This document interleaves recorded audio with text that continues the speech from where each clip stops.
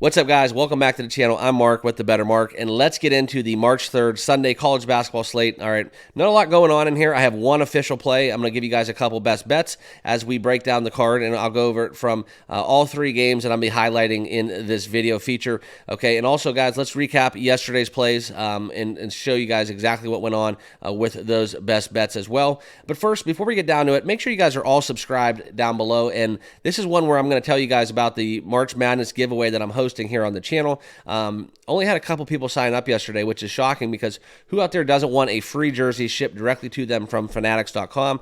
Simple way to enter. All you got to do is subscribe to me on YouTube, as well as clicking the link down below, going over to my X page. And if you guys have a Twitter or an X, that's where you're going to want to retweet that, the pinned comment that is at the top of the page. You'll retweet that, share it with some friends, heart that post as well, and that's how I'll know that you entered the contest. And if you guys are already subscribed to me here on YouTube or on X, all you have to do is do that to the pinned comment over on X, and I'll know as well that you guys are already subscribed. But very easy to do. One lucky winner will be randomized live to win a jersey of their choice at a later date, right before March Madness tournament kicks off, and that's what I'll be doing from time to time on the channel. And this is the first giveaway, so make sure you guys all subscribe here on YouTube as well as on X and follow the instructions on that pinned comment. Okay, but enough of that. Let's get into the best bets and plays. But first, let's recap yesterday. 2-3 on the card. That's one where I thought we could get home with a 4-1 or even a 3-2 in yesterday's contest, winning the first two games, starting off 2-0, starting off hot. Baylor never really in doubt too much in that second half. The first half was a little back and forth, but they ended up pulling away, taking on Marquette, and then we had not Marquette, taking on Kansas. And then we had Marquette in Creighton with the over. That was one where that was just too shockingly low, I think, because of a past performance. But, guys, we saw that number soar over and cashing that ticket as well.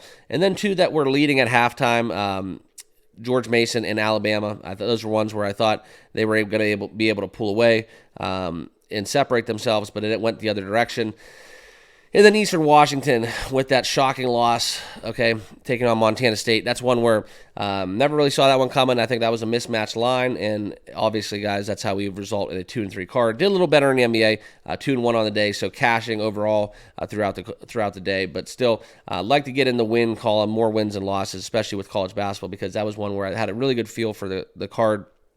And I thought we could at least go 3-2, 4-1. But let's get into today's plays. That's where the first game we're going to be looking at is going to be one where there's just too many points in it. Okay, we're going to briefly touch on it. And then at the end of this video, I'll give you my best bet that I'm going to be locking in. Okay, but this is the first game on the card, Seton Hall, UConn. 14.5 point spread as it currently sits. This is a revenge game. Seton Hall was able to beat UConn at home and kind of in good fashion, beating them by 15, 75-60. And this is where you see UConn really takes care of business at home. Some of the betting splits, guys, it's where you can look at UConn 17-11. UConn is 17-11 at home on a cover clip. We look at Seton Hall basically as an underdog, 7-8, and UConn is 63% as a favorite, which is, guys, something where they're pretty much favored in every single game. But revenge spot for UConn. Seton Hall is on the road taking on UConn. But it's one, guys, where I think this is just too many points. I think this is one where I'm what you would call a UConn homer this year, a little bit biased with UConn. I have a futures play with them as well to get out of March Madness into the Final Four. So I got to stay unbiased as much as I can and objective when it comes down to this stuff. So I'm going to be locking in the 14.5 Seton Hall on the road, even though it's a revenge spot, even though, but I'll take that, just too many points, even though they're on the road. I'll take that all day. So we're going to be taking the 14.5 with Seton Hall. Okay. Next, Rider, Canisius, no play. Indiana, Maryland. That's one where it jumps off the page a little bit. Indiana is a horrible team. They've come on strong a little bit as of late, covering a couple contests. But it's just too big of a number to lay by Maryland. Yes, I do see them possibly winning by double digits, but just going to be a pass for me. Mount St. Mary's, Niagara. No real play in that one. Manhattan, St. Peter's.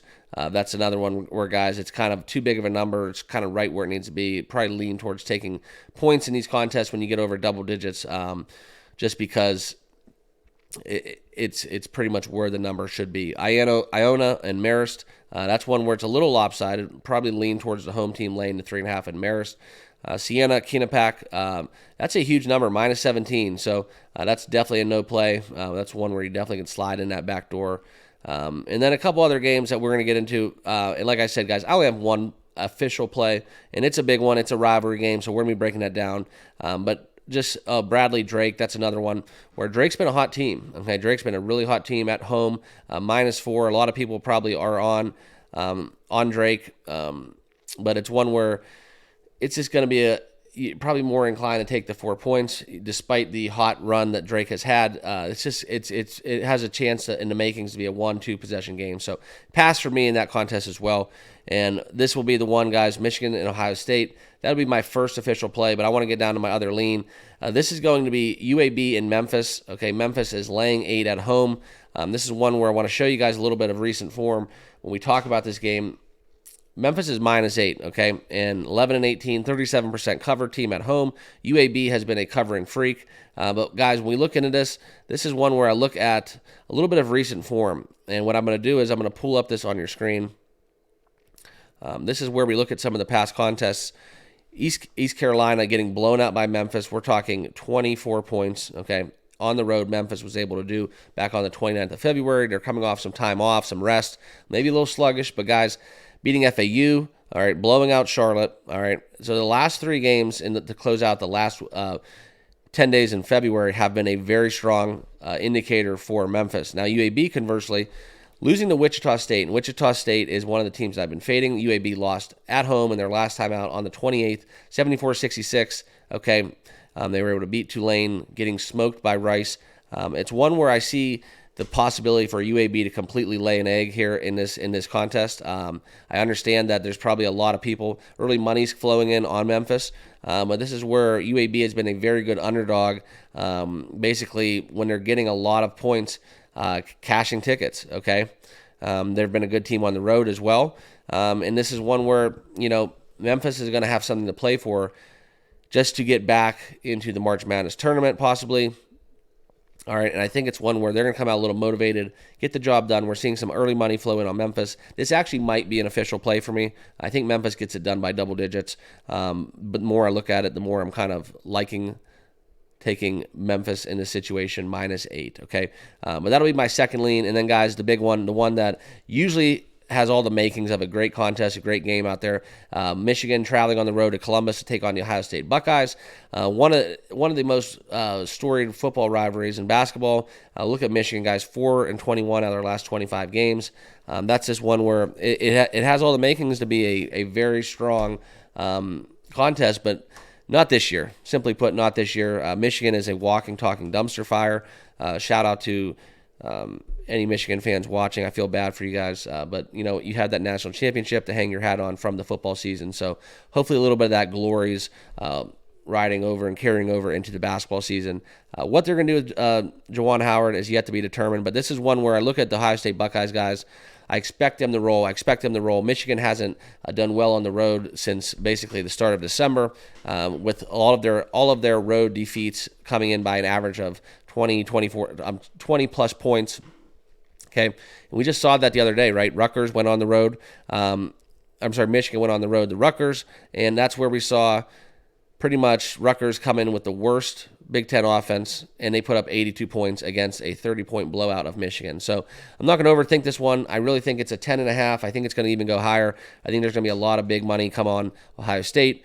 And Ohio State's not really a team that I'm in love with, but it's second half Ohio State. They're trying to make a push. They've peaked a little bit in the second half, catching their stride, able to basically knock off Purdue. We saw a great winning three of their last 5, and their last 2 games, Michigan State at Michigan State, and then Nebraska at home. I think this is one where the Buckeyes maybe get tripped up, because something I normally would worry about laying double digits in a rivalry spot, but this is one where I don't see it happening. I think Michigan is cooked. I think this is one where Ohio State wins with ease, despite not being one of their better teams, and I think they get the job done at home. So that about wraps it up. Those are my 3 official plays that I'm going to be giving you guys. I'm probably only going to be betting personally the Memphis as well as the Ohio State game, the more I talk about it, but we'll see how that Connecticut line moves. If it goes any higher and get more points with Seton Hall, that might tip me to laying one of those.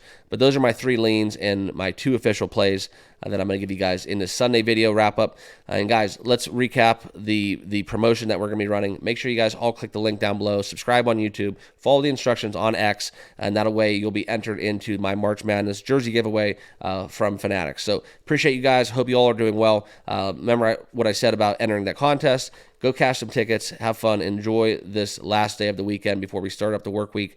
And guys, it's starting to happen. We're getting close to March Madness. I already feel it coming. Last night we had Gonzaga, St. Mary's, as well as the Alabama-Tennessee game. Got the blood pumping a little bit. A lot of big-time ball games as we approach the conclusion and the big dance come March. Okay, so thanks for watching. Remember to subscribe down below, and we'll see you guys all in the next video. Cheers.